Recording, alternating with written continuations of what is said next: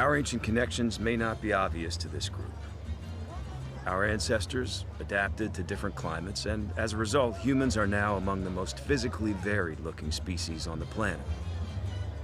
But looks can be deceiving. We're basically identical at the genetic level. I mean, if you look at the average person's DNA sequence and compare the same region to another person they're unrelated to, you know, they're 99.9% identical. All that? There. Look right here. This is great. Light, dark, big, small, curly, straight, brown, blue. Minuscule genetic changes account for all of our differences. To track our ancient paths, though, scientists study DNA that stays very much the same. In men like George Dellis, it's a Y chromosome. All that? Let's do one more. It's been passed down the line from father to son over thousands of generations, and ultimately traces back to one man who lived in Africa around 60,000 years ago. Call him Scientific Adam. He wasn't the only guy alive back then, but only his Y chromosome survived through the ages, and every man alive today has a copy. Yep, up and down, really push it in there. For women like Nejla Demirci, the DNA comes from special cell structures called mitochondria, which both men and women carry, but only moms pass along. These trace back to one woman who also lived in Africa between 150 to 200,000 years ago. Call her Scientific Eve. She is the oldest root of our family tree. Africa is where the journey begins for everyone alive today. This is you.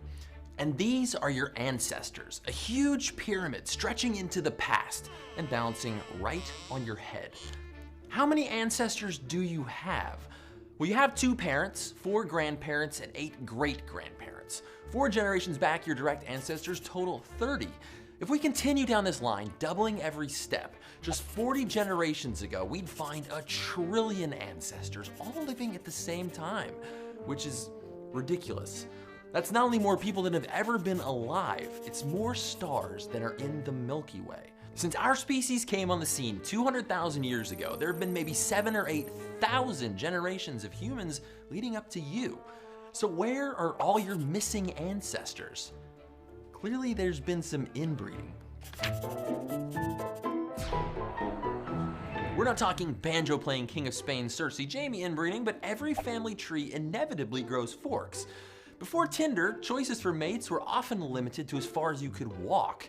Even people like Charles Darwin and Albert Einstein married their first cousins. Because so many people with shared ancestors have reproduced, our number of actual ancestors is much smaller than what simple math tells us. If we replace that with fancy math, factoring in how people moved and lived and paired up, life expectancy, trade, geography, Genghis Khan, we find something interesting. Every human alive today shares a common ancestor in their family tree, and this person lived only around 3,000 years ago. That's right, next time you get in a fight with a stranger on the internet, just remember that you share the same great-great-great-great-great-great-grandfather or grandmother.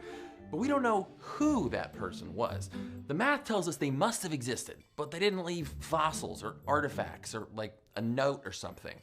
Though writing birthday cards for each of your 7.4 billion great-great-great-great-great-grandchildren would have been a nice gesture, but we all carry a record of our ancestors in our genes because DNA is copied over and over. Every so often a mistake is written in. You know how when you make a copy of a copy, it doesn't come out as sharp? Like that. But since most of our DNA can be changed without affecting how things work, many of these mutations slip through to the next generation. These genetic changes accumulate at a steady rate through time, so scientists can read them like a molecular clock and estimate how much time has passed.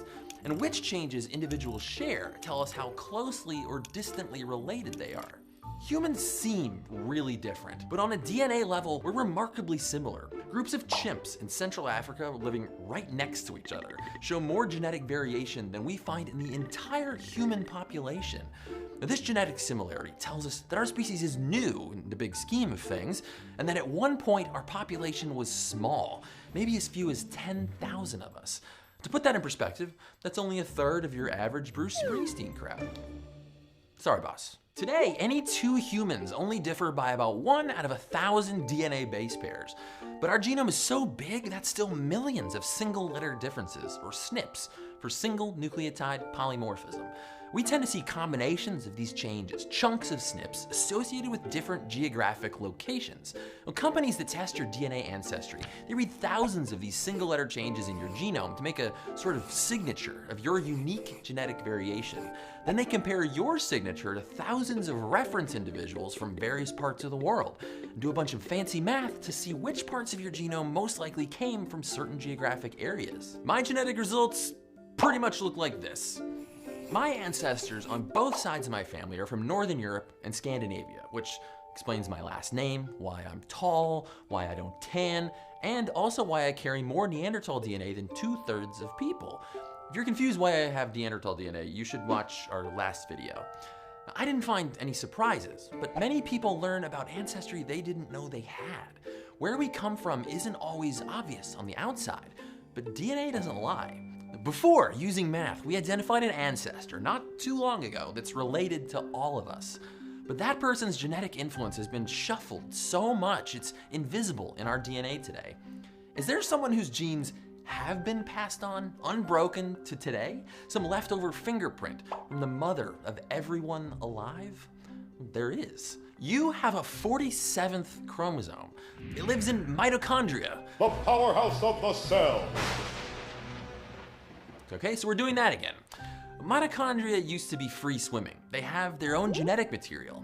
Unlike your other 46 chromosomes, there's no shuffling when it's passed between generations.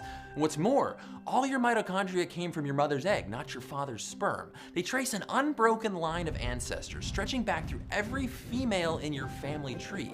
By comparing the changes that have accumulated over millennia, we find the most ancient human mitochondrial DNA comes from Africa, where our species originated.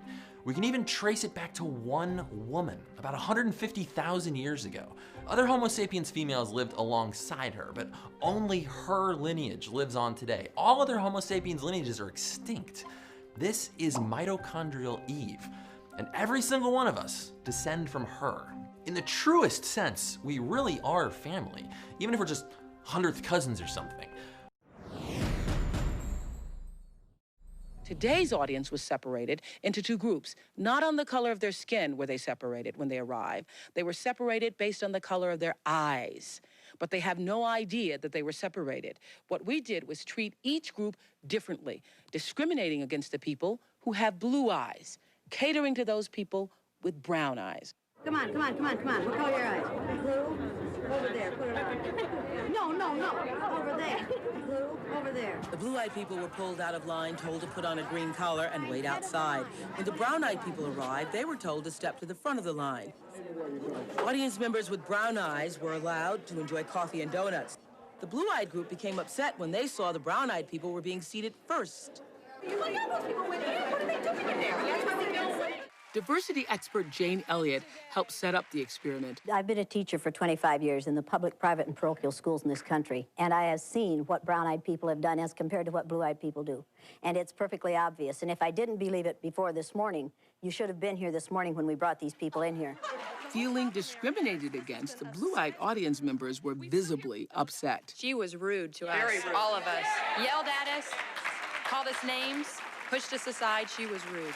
Just want to say, why doesn't Jane have a green collar on? She's got blue eyes. Because I've learned to act brown-eyed. I have a brown-eyed husband and 3 brown-eyed children. Why did you? And the message in this room is, act brown-eyed and you too can take off your collar. Act intelligently and you too won't need your collar. None of you have acted intelligently yet. It wasn't long before the brown-eyed people bought into the idea that they were superior. You people, look, it is... People, I had a girlfriend in school. I had a girlfriend in school who was blue-eyed. She was so stupid. She was always copying off of my papers. These people were so rude and so noisy today, we couldn't hear ourselves even talk. It was ridiculous. Eventually, the audience figured out the show was really about race. Now, he was so angry, he took off his collar way on early. How many of you people of color can take off the collar that we have put on you? How many of you can take off your color? But if a black male refused to follow your orders, or your husband's orders, or your father's orders on the street, you would not see that as being highly principled. You would see him as being an uppity nigger. Well, we can see where this is going. She's saying that everybody has racism in them. It's not really about the eye. She's trying to teach about racism. But she can't get away from the fact that God created the races, and you are going to be different. You can't help it. God to be like created that. one race, the human race, and human beings created racism. We caught up with the mastermind behind the eye color test. Jane Elliott is her name, 22 years later.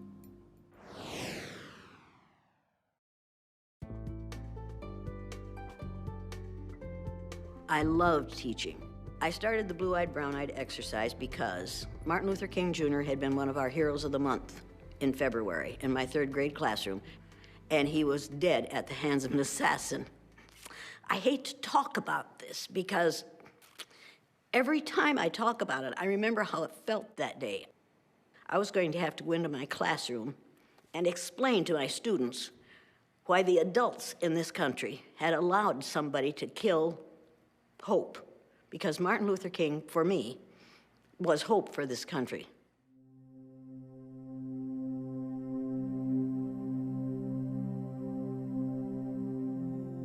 I decided that the next day I was going to do what Hitler did.